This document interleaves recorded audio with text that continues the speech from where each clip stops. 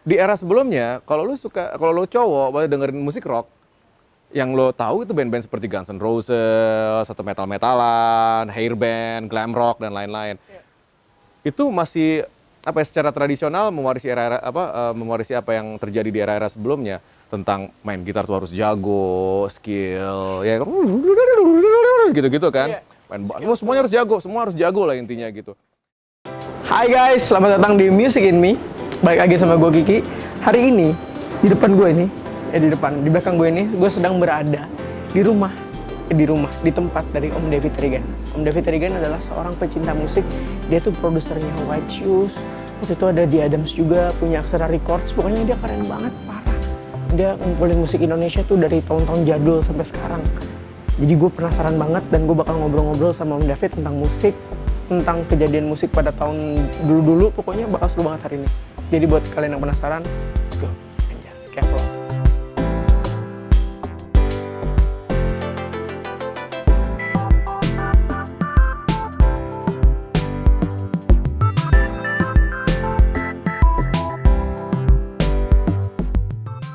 Oke, sudah semua kue lah, kita langsung ke atas.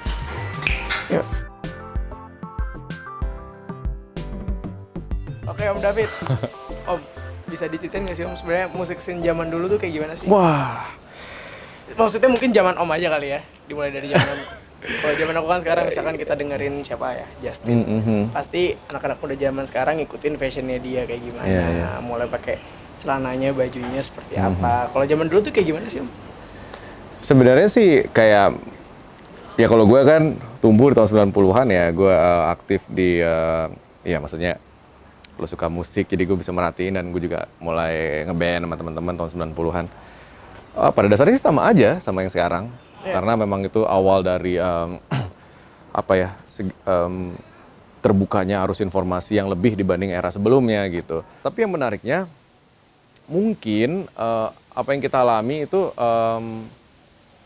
sama seperti halnya saat kita lagi dengerin musik. Zaman sekarang kan misalnya, karena informasi begitu mudah, Ya. apa yang menarik kita saat ini juga gitu, misalnya ada, wah temen kita share cover ada Bryan Adams misalnya gitu. Oke. Oh, saat itu juga lo bisa buka YouTube denger lagunya kayak apa gitu. Contohnya, ini contoh ya, tahun 91 ada band bernama Nirvana, Ya. ya kan? Nirvana saat itu tenar dengan single dia, yaitu yang berjudul Smells Like Teen Spirit. Ya. Lagunya cuma 4 chordnya. Cuma 4 chordnya. Liriknya nonsen, absurd, ya kan? Nah, band itu saking terkenalnya, dan dulu juga TV nggak banyak ya seperti sekarang ya. Ya kita nonton video klipnya di TVRI. Ya. Tahun 91, bayangin aja. Gue masih SMP waktu itu. Nonton kayak gitu, video klipnya juga super keren gitu, yang lagi dia kayak ngeband di hall basket, wah pada rusuh-rusuh, slam-slam gitu. Wah gila, band ini keren banget ya. Dan itu ngebuka kita. Gini, kita apalagi yang sebagai anak cowok yang suka ngeband, yang suka musik ya, dan suka berusaha bermain instrumen, ya nggak ya, wah gitar lah ya, karena gitar yang paling keren lah di rock gitu ya. Iya. Nah, di era sebelumnya, kalau lo cowok banget dengerin musik rock, yang lo tahu itu band-band seperti Guns N' Roses, atau metal-metalan, hairband, glam rock dan lain-lain. Itu masih apa ya, secara tradisional mewarisi apa yang terjadi di era-era sebelumnya, tentang main gitar tuh harus jago, skill, ya gitu-gitu kan. Semuanya harus jago, semua harus jago lah intinya gitu. Nah, nyanyi juga harus gitu-gitu, harus prima ya vokal ya gitu ya. Segala sesuatunya tuh seperti itu gitu, kayak jauh, konsep ngeband tuh kayaknya jauh dari kita. Nah, gue tumbuh di era yang seperti itu, banyak opsinya, dan kita langsung punya kesadaran baru di mana, wah gue pengen ngeband sebebas-bebasnya, ya kan? Ya karena emang lagi kayak gitu. Ya makanya kayak ada term-term baru yang saat itu timbul, akhirnya bilang alternatif lah musiknya, alternatif rock, karena memang yang dibilang orang cutting edge atau yang beda ini akhirnya jadi sesuatu yang besar, mainstream. Karena balik lagi, segala sesuatu yang berurusan dengan anak muda, ya kan, pasti akan jadi besar, karena anak muda tuh banyak banget di dunia ini, dan mereka pemikirannya sama, pengekspresiannya sama. Jadi segala sesuatu yang beda, yang mereka butuhkan gitu ya, merasa diwakili oleh musik-musik itu, ya pasti akan dikonsumsi. Butuh yang lebih beda lagi gitu-gitu. Ya itu akan terus, Terus aja gitu ya berevolusi dan ya revolusi juga terjadi. Tapi kan terbukti kan sekarang ya orang beli piringan hitam lagi anak-anak muda. Maksudnya apa sih gitu? Tinggal bagaimana kalau lo memang suka ya terhadap sesuatu untuk menggali informasi tuh, waduh gila lo ada internet di depan lo cari aja apa yang lo inginin dan lo akses juga dengan mudah gitu.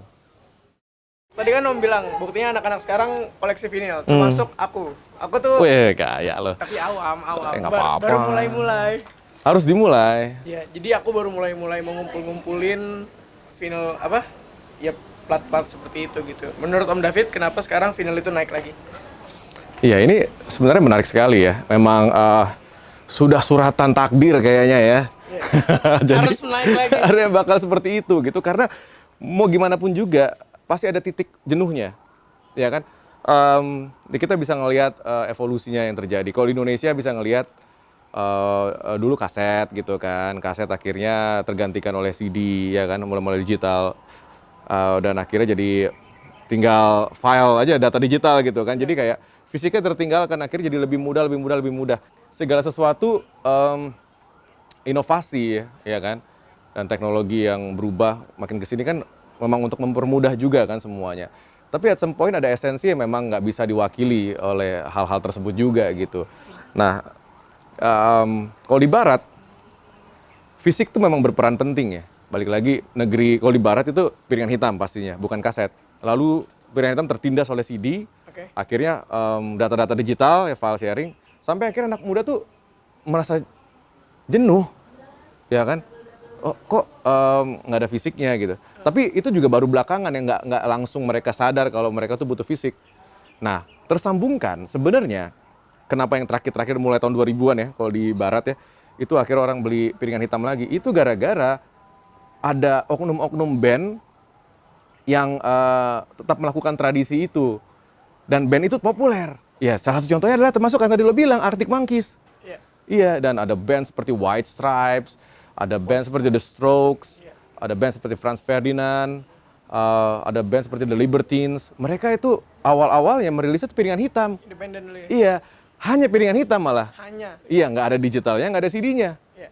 Jadi single gitu ya, single 7 inch yang kecil tuh.